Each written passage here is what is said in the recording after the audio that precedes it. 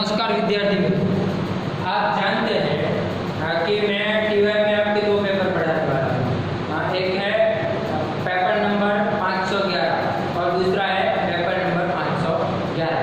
तो आज हम जिसकी चर्चा करने वाले हैं वो है पेपर नंबर 512 CEHN 512 का है भारतीय काव्य शास्त्र। तो मैंने आपको पहले ही कहा था कि हमें किसी भी पेपर का अभ्यास करना है तो उसके लिए हमें हमारे पास ब्लूप्रिंट होना जरूरी है कि हमें किस तरह से पूरी तैयारी करनी है। अगर आप ब्लूप्रिंट के हिसाब से तैयारी करो तो आपको सफलता अवश्य मिलने वाली है।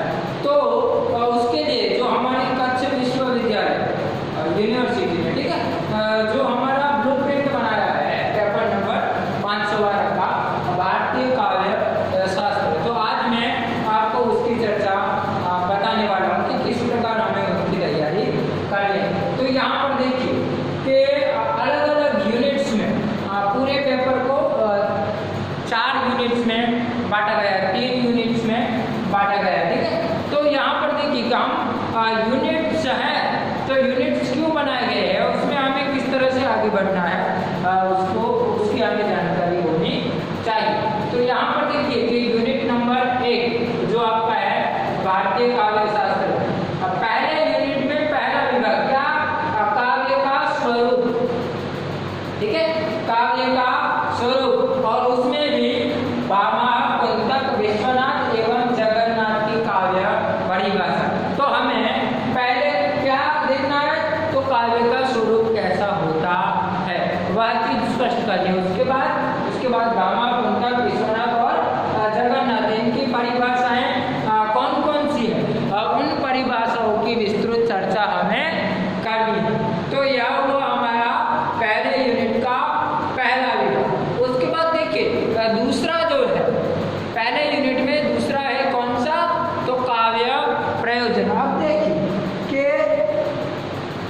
स्वरूप एवं आचार्य की चर्चा के बाद हमें देखना है काव्य प्रयोजन की, काव्य का प्रयोजन क्या होता है, तो उसकी हम विस्तृत चर्चा करेंगे। उसके बाद तीसरा है कौन सा, तो काव्य गुण, काव्य का स्वरूप, काव्य का प्रयोजन और काव्य का गुण, ये 3 बातें हैं। इन 3 बातों की चर्चा हमें कहाँ करनी है, यूनिट नंबर 1। और उसके बाद देखिए जो यूनिट नंबर 1 में दूसरा विभाग है, कौन सा विभाग है, तो अलंकार और छंद, ठीक है।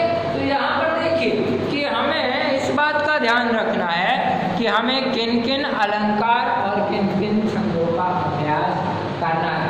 आप जानते हैं कि कई सारे अलंकार हैं, कई सारे छंद हैं। तो पहले हमें ये जानना होगा कि अलंकार किसे कहते हैं और उसके कितने प्रकार हैं।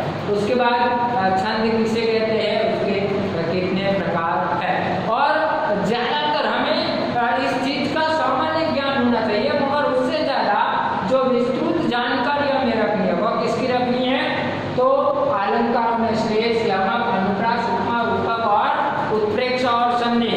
तो यानी 1 2 3 4 5 6 और 7 अलंकार और 1 2 3 4 5 6 छंदों के बारे में हमें विस्तृत जानकारी रखनी होगी, तब जाके यह हमारा पहला यूनिट समाप्त होगा।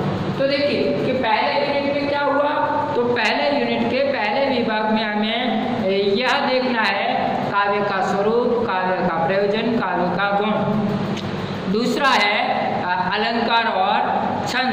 तो यहाँ पर देखिए पहले यूनिट में हमें क्या करना है, ज़्यादातर मैं आपको आगे जो हमारे पेपर है वह पेपर भी आपको बताने वाला हूँ, ठीक है। तो इसलिए आपको क्या करना है कि ज़्यादातर जो पेपर है उसमें क्या होता है कि यह जो है यूनिट 1 में जो प्रथम विभाग है उसके अथवा में यह जो है दूसरा अलंकार और छंद ये पूछे जाते हैं। तो आपको क्या करना है, या तो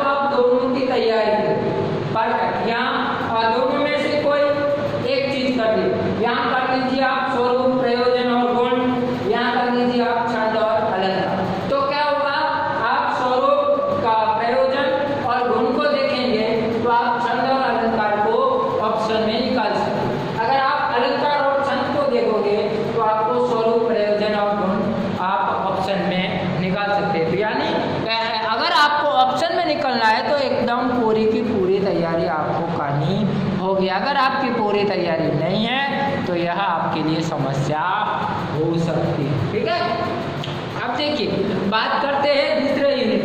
तो दूसरे यूनिट में देखिए क्या है, दूसरे यूनिट का नाम क्या है, शब्द शक्ति।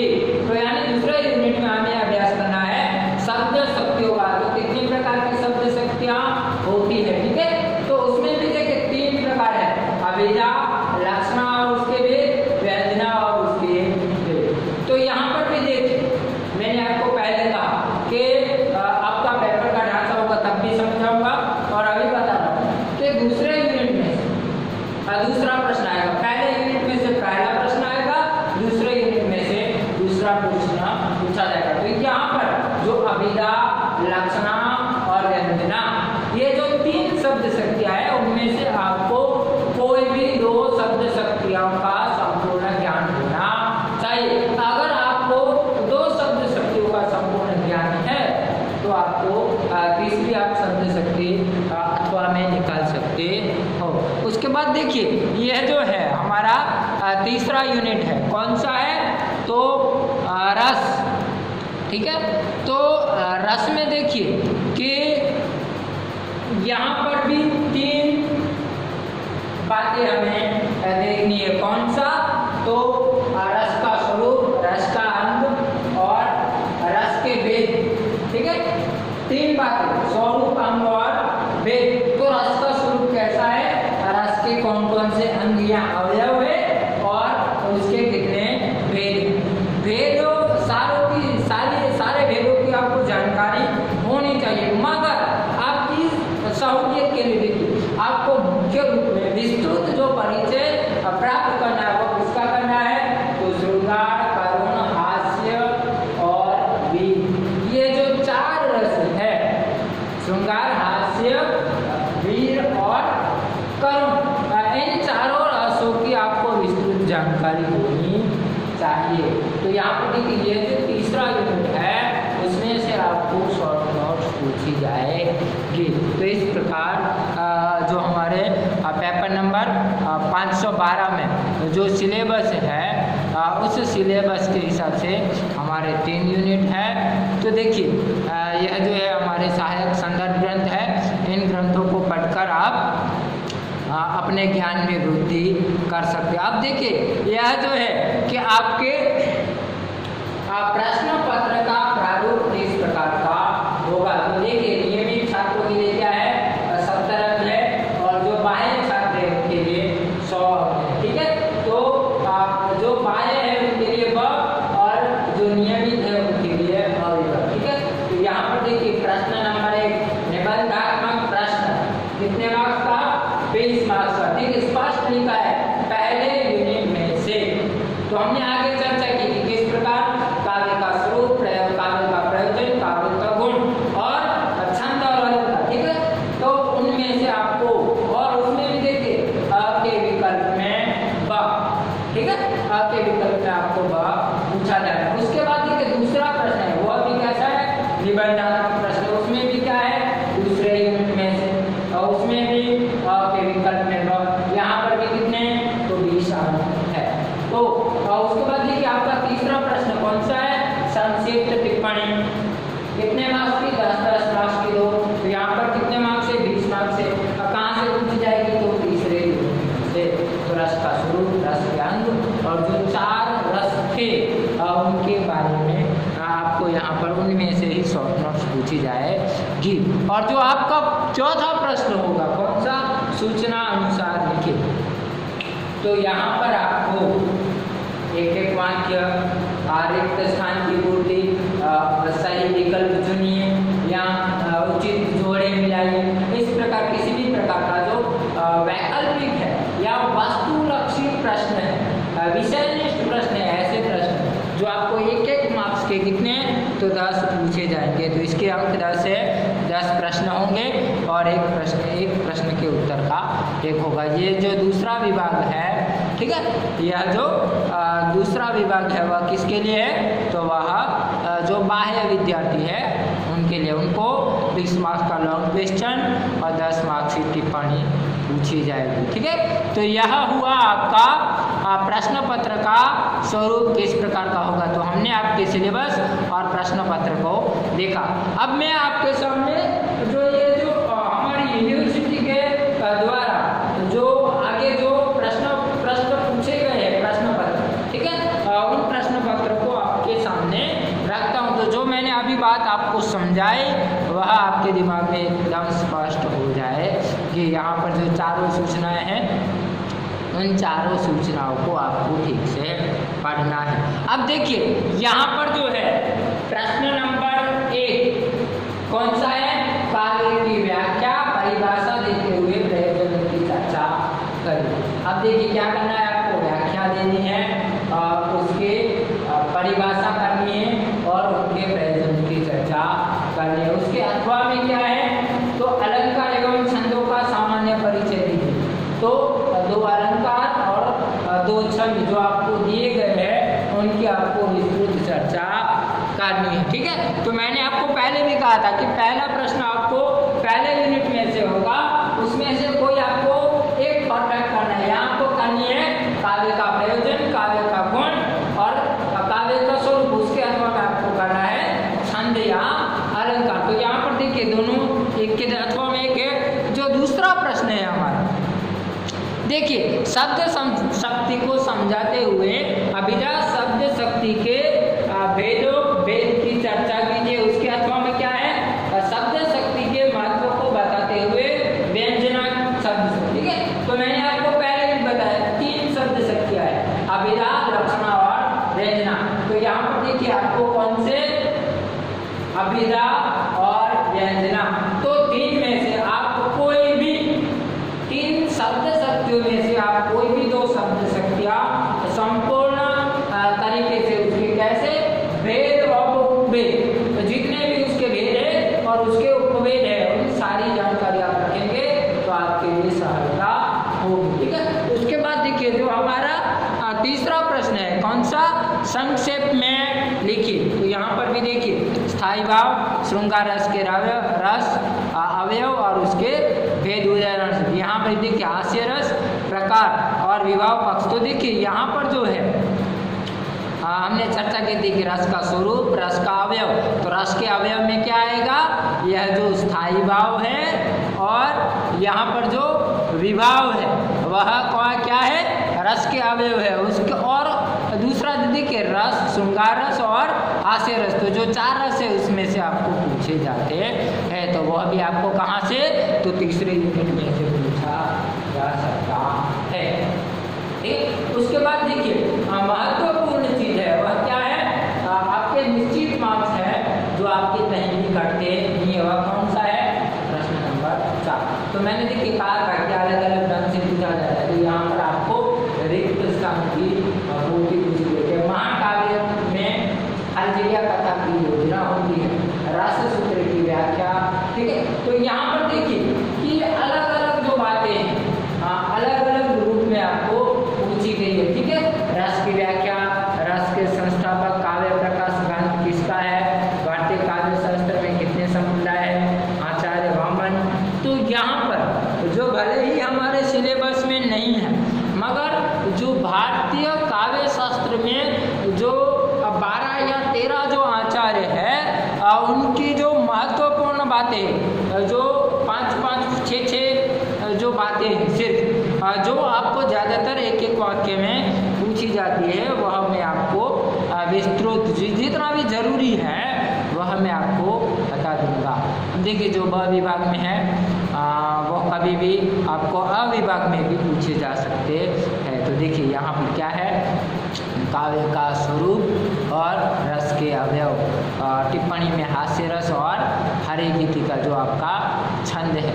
तो यहाँ पर देखिए 2018 में जो आपको पूछा गया है तो वह भी देखिए कि काव्य के विभिन्न प्रयोजनों की चर्चा कीजिए, उसके अथवा में काव्य की परिभाषा देते हुए स्वरूप स्पष्ट कीजिए। तो यहाँ पर देखिए क्या हुआ है, यहाँ पर एक बात हुई है कि अलंकार और छंद के बारे में यहाँ आपको पूछा गया नहीं। तो कभी भी आपको ऑप्शन में निकलना है तो आप छंद और अलंकार को जो निबंधात्मक प्रश्न है उसमें आप ऑप्शन में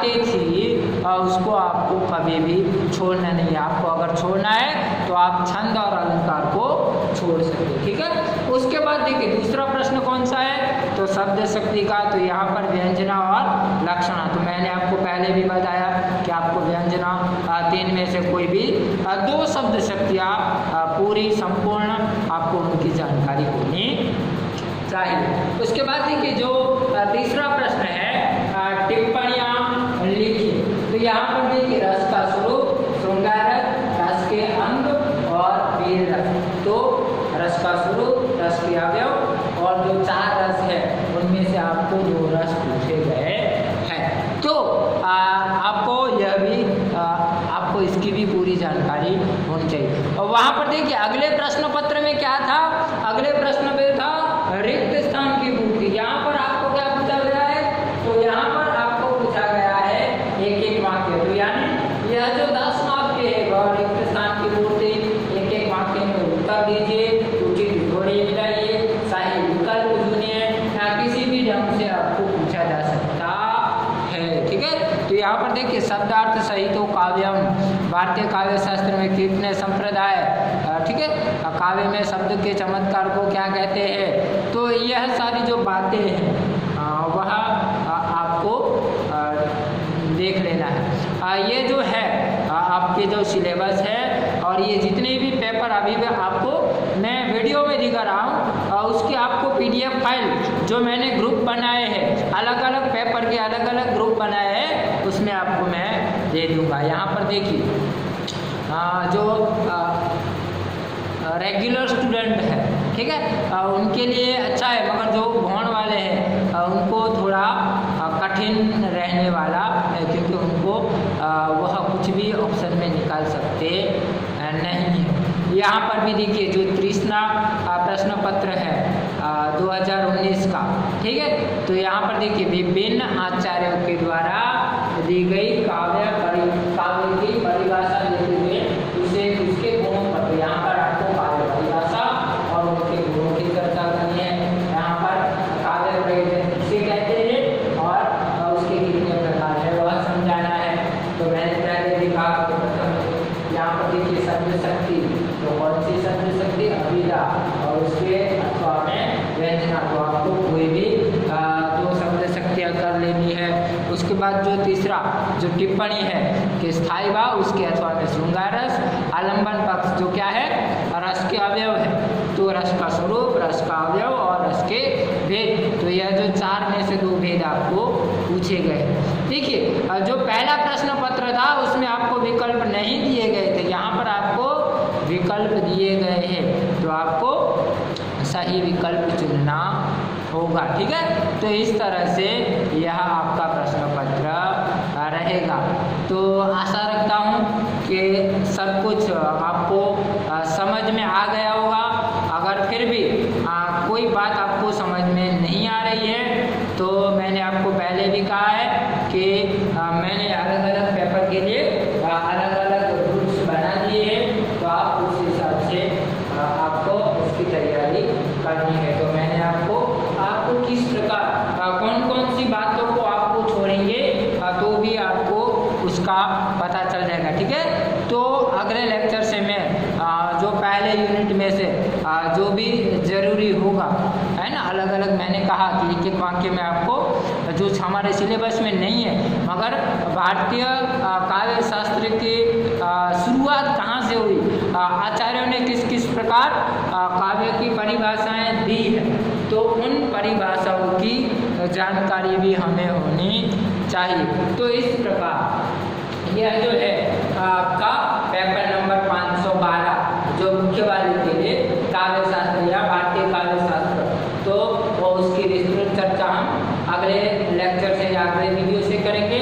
तब तक जो आपको मैंने जो ब्लूप्रिंट आपको बता दी, आपको कैसे अलग अलग यूनिट में से आपको अलग अलग प्रश्न पूछे जाने वाले और किस प्रकार आपको पूरी तैयारी करनी है, वह सारी जानकारी आपको होनी चाहिए। तो आशा रखता हूँ कि अभी जो मैंने बात की वह आपको समझ में आ गई होगी।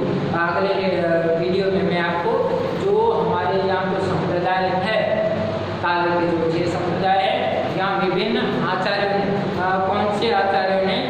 आपने कौन सी कृति में कौन सा सूत्र दिया था, ठीक है। काव्य के लिए काव्य का स्वरूप क्या है, तो उन आचार्यों के जो सूत्र हैं या काव्य के लिए जो उनकी परिभाषाएं हैं, उन परिभाषाओं को बारे में आपको मैं जानकारी दूंगा। तो आप हैं जो 512 की संपूर्ण तैयारी कर लीजिए। हम अगले वीडियो में जो ज़रूरी बातें हैं वह करेंगे। शुक्रिया।